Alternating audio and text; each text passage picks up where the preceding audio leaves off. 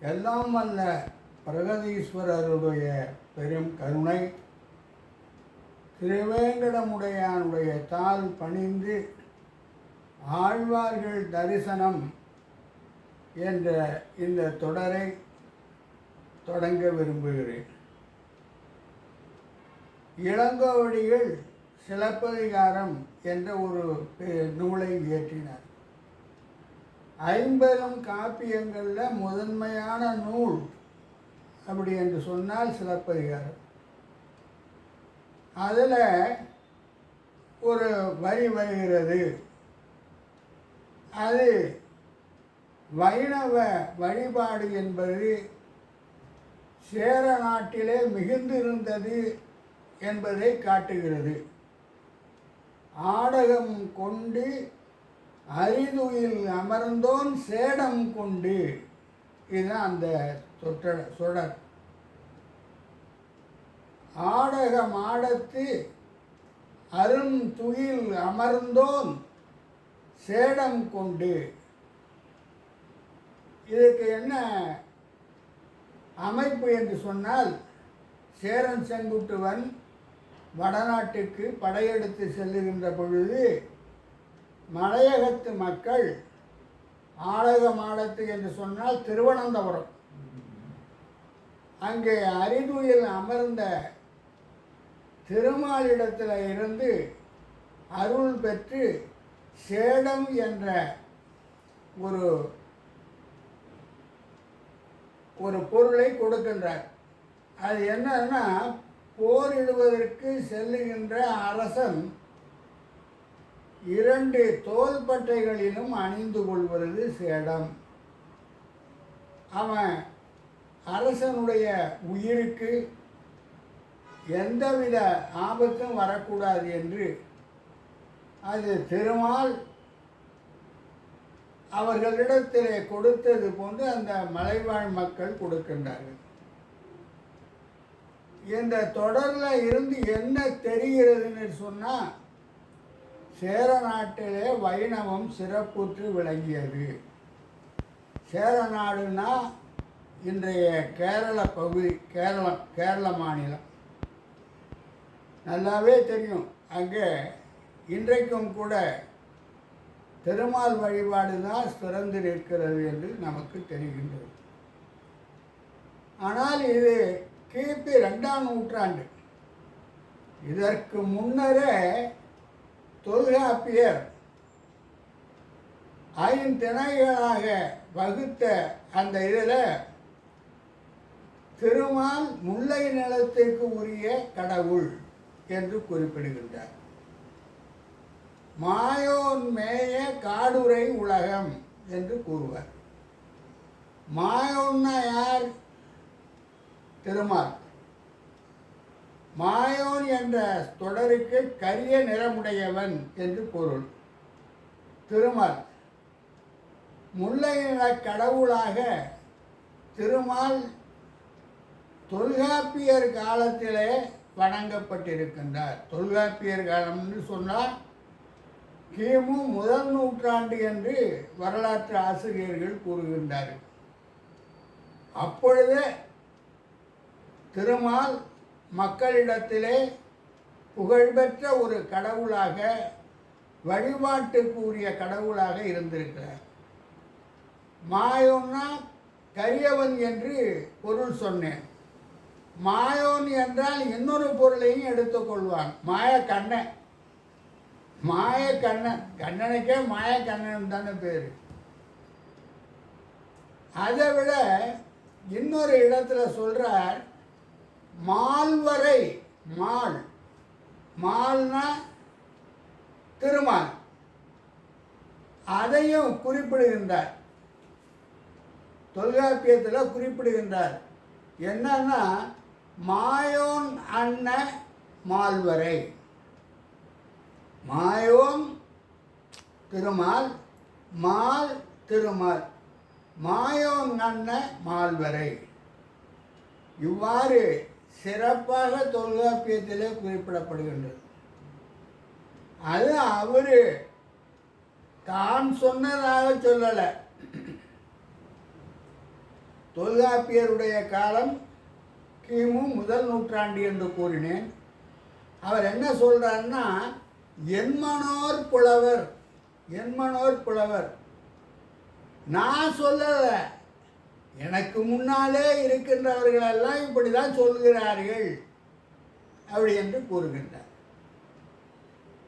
எனக்கு முன்னாலே இருக்கின்றவர்கள் இவ்வாறு கூறுகின்றார்கள் என்று சொன்னால், தொல்காப்பியர் காலத்துக்கு முன்னாலே, அதாவது கிமு முதல் நூற்றாண்டுக்கு முன்னாலே இந்த வழிபாடு என்பது சிறந்திருக்கின்றது. தமிழகத்திலே முல்லை நில கடவுளாக, அதாவது மால்வரை உலகம் காடுரை உலகம் என்று கூறுகிறார். அதனால் இந்த வைணவம் என்பது ஏதோ அண்மை காலத்தில் மக்களிடத்தில் இருந்தது என்று யாரும் நினைத்து விடக்கூடாது என்பதற்காகத்தான் இதை கூறுகின்றேன். பிற்காலத்தில் பல நூல்கள் எழுந்தன. சங்க காலத்திலேயே புறநானூறு, அகநானூறு, பத்துப்பாட்டு, இந்த மாதிரி ஏராளமான நூல்கள் எழுந்தன. அந்த நூல்கள் தமிழக வாழ்க்கை முறைகளை பற்றி குறிப்பிடுகிறது.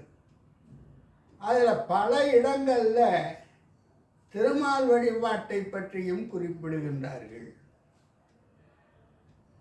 அப்பொழுது வாழ்ந்த மக்களுக்கு கண்ணன், பரசுராமன், பலராமன், ராமன் இவர்கள்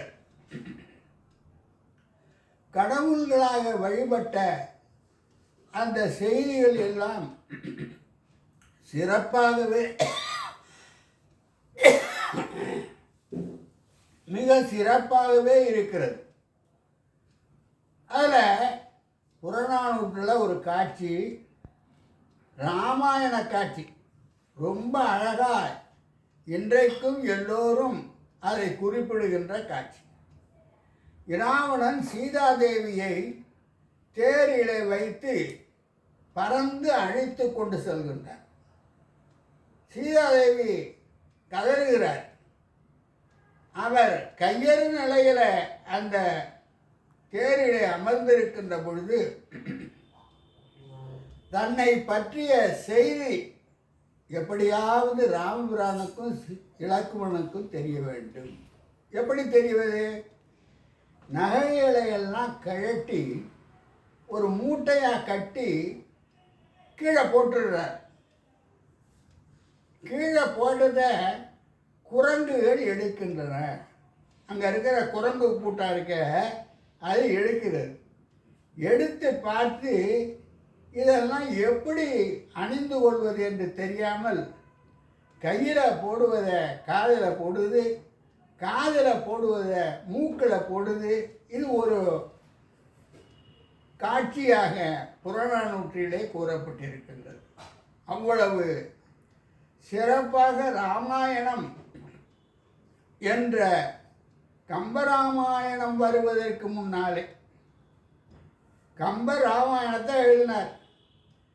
அவர் எழுதினது 10ஆம் நூற்றாண்டு 11 அந்த காலகட்டத்தில் இருக்கும். ஆனால் அதற்கு முன்னாலே ராமாயண கதைகள் மக்களிடத்திலே தெரிந்திருக்கிறது என்பதை குறிப்பிடுவதற்காக இந்த புறநானூற்று காட்சியை நான் உங்களிடத்திலே கூறுகின்றேன். இவ்வாறு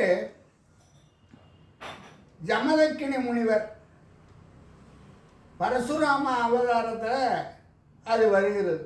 ஜமதக்கினி முனிவர் கார்த்த வீரியன் என்கின்றவன் அவரை கொன்று விடுகின்றார், சத்திரியனவன். பரசுராமர் என்ன சொல்கிறாருன்னா, 21 தலைமுறைக்கு 21 தலைமுறைக்கு சத்திரியர்களை அழிப்பேன் என்று சூளுரை எடுக்கின்றார். பெரிய சபதம் போடுறார். அது விண்ணுலகமும் வானுலகமும் எதிரொலிக்கின்ற அளவுக்கு இருக்கின்றது. அதை ஒரு பாடலில், புறநானூற்று பாடல், அதில் குறிப்பிடுகின்றார். இவ்வாறு பல செய்திகள் அகநானூற்றில் குறிப்பிடுகின்றார்கள். இந்த ஜமதிக்கிணி முனிவர் என்கின்ற அந்த காட்சியை அதில் குறிப்பிடுகின்றார்கள். இன்னும் சுவையான ஒரு காட்சியையும் குறிப்பிடுகின்றார். ஒரு புலவர் குறிப்பிடுகின்றார். 400 பாடல்கள் கொண்டது அகநானூறு. அந்த அகநானூற்று பாடல்களில் ஒரு பாடலில் மிகச்சுவையான ஒரு நிகழ்ச்சியை குறிப்பிடுகின்றார். அது என்னன்னு சொன்னால், கண்ணன் யமுனை நரைக்கரையிலே அமர்ந்திருக்கின்றார். கோபியர்கள் எல்லாம் யமுனையிலே குளித்து கொண்டிருக்கின்றார்கள். கண்ணனை பற்றி தான் எல்லாருக்கும் தெரியுமே, விளையாட்டு பிள்ளை.